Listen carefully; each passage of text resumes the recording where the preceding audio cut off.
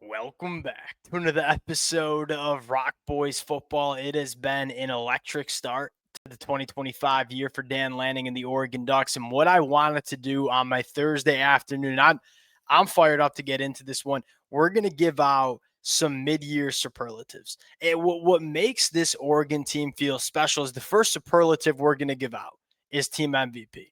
Now, the obvious answer is Dante Moore. We'll talk a little bit about Dante Moore, but this is really the definition to me of what makes this team special is it's not only Dante Moore. There are 5, 6, 7 other players that are on this roster that have played like team MVPs. There are a lot of good teams in the sport of college football. You make no mistake about it. But a lot of these teams feel like they're relying on 2 or 3 guys. And Oregon's got 5, 6, 7 of those dudes on this roster. That's kind of what makes Oregon special for me going into 2025. We got team MVP. We're going to talk about a couple of the most improved players on this roster. We're going to talk about some of the biggest surprises as well. Fired up to get into it. Before we do, and as always, to the Oregon fans, number one, we say this all the time, and I truly do mean it. The amount of support that this fan base has shown the boys been amazing. You know, we started this thing just about as Dan Lanning was taking the job in Eugene. We've talked a lot about Oregon, not only in the fall, but covering the portal, talking about the high school recruiting. It's been very fun for me, but the amount of support's been amazing. Appreciate you guys. If y'all do enjoy the content, consider subscribing to the channel. Much more importantly, and I know this damn well, there are going to be some Oregon fans that are going to be pissed about this because I'm leaving out some really good football players. Hey, if I'm sleeping on a ball player that you think deserves some more recognition, please let it fly in the comment section. Without further ado, let's get into it. Team MVP, we got to start with Dante Moore. And this is what stands out to me about Dante Moore is that, all right, 10 big time throws on the year, one of the highest. Is that all that surprising that Dante Moore is making a lot of big time throws? No, not exactly, right? To the Oregon fans that have followed this kid going back to high school, we know that arm is special. The number that I always gravitate to, 3.1% pressure to sack ratio. Dante Moore is getting himself out of trouble. He's being a guy that, hey, when it's not perfect for him, now to be fair to the offensive line, it's been damn near perfect for Dante Moore to start 2025. But when it's not, when you're going on the road playing a team like Penn State, Dante Moore's ability to extend plays, use his legs, you can tell this kid has worked very, very hard at it. And I give him all the credit in the world because it is paying off in a massive way. The other thing I like, an 8.6 average depth of target. And that's almost 2 yards more than what Dillon Gabriel's was last year. That is a full 2 yards more than what Bo Nix's was in 2023. Dante Moore has the same completion percentage. He's sitting at a 74% completion percentage, but he's pushing the ball down the field a little bit more. There's a little bit more explosivity. There's a little bit more ability to attack the boundary. We talked about this being a potential truth going into 2025. And that was, hey, we know Dante Moore can make the easy throws, but we think Dante Moore gives Oregon the ability to attack a little bit more space in this Oregon offense. That's exactly what we've seen, but you've also seen him operate with the same efficiency and completion percentage that Dillon Gabriel and Bo Nix also did, which was always going to be very important to this Oregon offense is, hey, we didn't want to start just turning into an offense that's chucking the football down the field. Will Stein's offense is based off a quick game, based off a rhythm. Dante Moore's doing all of that, but he's making a little bit higher level throws, pushing the ball down the field a little bit more. Dante Moore's been, golly, damn near perfect. There's a reason Dante Moore is at the top of the Heisman odds. On the defensive side of the football, and this is what's cool because there's a bunch of different names you can throw out there. I think Mateo Yu is probably the most obvious answer. What he does in the run game, what he provides as a pass rusher. Look, when you find these edge defenders that are that good against the run, that good getting after the passer, rare. There's not a lot of edge rushers who do it both. And Mateo Yu's one of them. Look, Amari Washington, if you wanted to argue Amari, shoot, I wouldn't push back. Amari Washington's been awesome. And Dylan Tiemann's a guy that you certainly could be referencing as well. I always think Tatum's one of the most underappreciated players on this roster. A lot of different guys you could nominate for MVP. I think Mateo Yu probably takes the cake. Biggest surprises, because golly, have there been some surprises, right? Bear Alexander, I don't know, and he probably deserves to win the most improved award as well. We just weren't sure what we were gonna get, right? He's been everything Oregon would have hoped for, if not more. And the best part about this Bear Alexander experiment is that he only seems like he's getting better.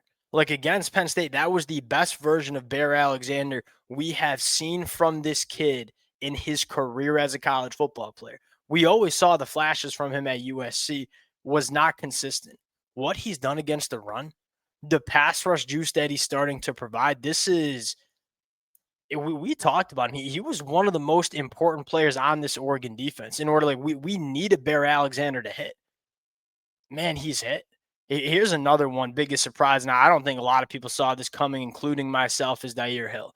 Now, am I surprised that Dair Hill has a role in Oregon's offense? No, not really. This kid was an electric playmaker in high school. Every time he touched the football in high school, good things were happening. I'm not surprised that they're trying to get him some touches as a freshman.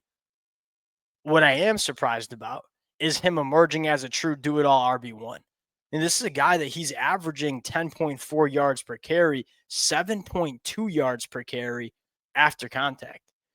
He's running hard. He is showing you he has the ability to go get the hard yards as well as being explosive.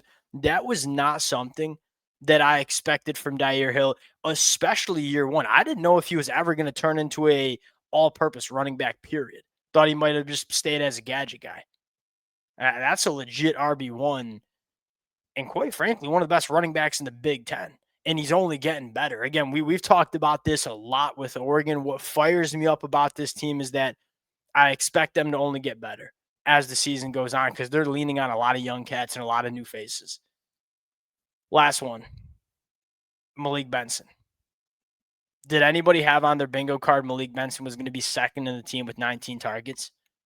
And then you look at the numbers. Hey, he's caught 16 of them. So it's an 84% completion percentage when Malik Benson's getting targeted. It's a phenomenal number. We knew this kid had the talent. We weren't really sure if he was ready to step into an every single down role in this Oregon offense. It was all going to come down to consistency, and he hasn't dropped a pass all year. Like, knock on wood, hopefully the drops don't creep up. Malik Benson's been as consistent as we've ever seen him before during his college football career. And another cat that's only seemingly getting better.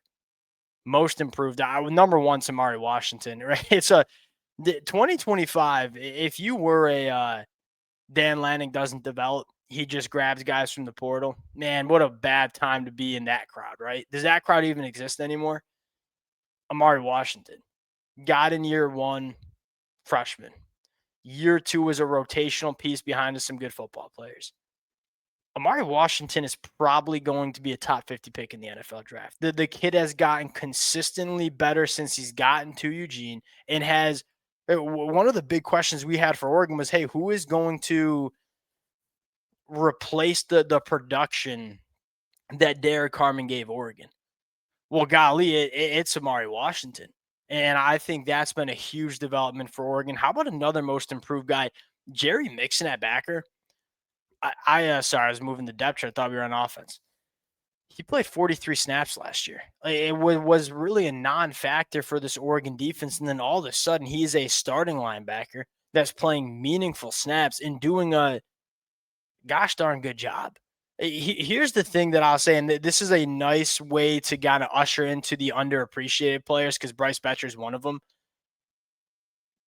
Is Jerry Mixon or Bryce Betcher, are they going to be top 50 NFL draft picks? Do we consider either of those cats to be top 5 linebackers in the country? No, probably not. But what I love about them both, they're so consistent. And look, I've watched a lot of football from a lot of other teams and want to know it's really damn rare. Linebackers that consistently do the right thing, fit the run the right way, tackle in space. It's what you get from Betcher and Jerry Mixon. Again, I don't know if there'll be a first-team All-Big Ten selection. I don't know if Bryce Betcher is going to be a top 50 NFL draft pick, but what I do know is that you get the same version from this kid every single Saturday. That kind of consistency the reliability, that's rare to find, especially at the linebacker position. Bryce Betcher deserves a lot of credit for how consistent of a football player he's been. I'll give you another one. Aaron Flowers at safety, doing a lot of good things. I'll extend this to Aaron Flowers, Peyton Woodyard, Kingston Lopa. All of these guys have earned snaps in this Oregon defense. Now, why is that such a big deal? It allows them to do some really creative things with Dylan Tiemann. They've treated him at times like that rover, right? A kind of hybrid linebacker safety lined up all over the football field. You only have that ability to be creative with Dylan Tiemann if you have other safeties that you trust. I think Oregon trusts all three of those guys, and they're all young. They're all redshirt freshmen, right? They're all year two guys. That kind of reliability that you have with all three of them, allowing you to use Dylan Tiemann in the most ideal way possible, that's a really big deal because you'll see it. You'll see it Saturday. They'll go with Kingston Lope and Aaron Flowers or Peyton Woodyard and Aaron Flowers in the back end. They'll say, hey, Dylan Tiemann, we're letting the leash off you. You're going to play that rover position. We're going to put you in a lot of different spots and let you go make plays. That matters. All right, another one. Jaden Kennedy at nickel. Like Brandon Finney's getting and you could talk about Brandon. We probably should give Brandon Finney at least some sort of award here. Actually, I think I do have Brandon Finney, excuse me. Maybe not.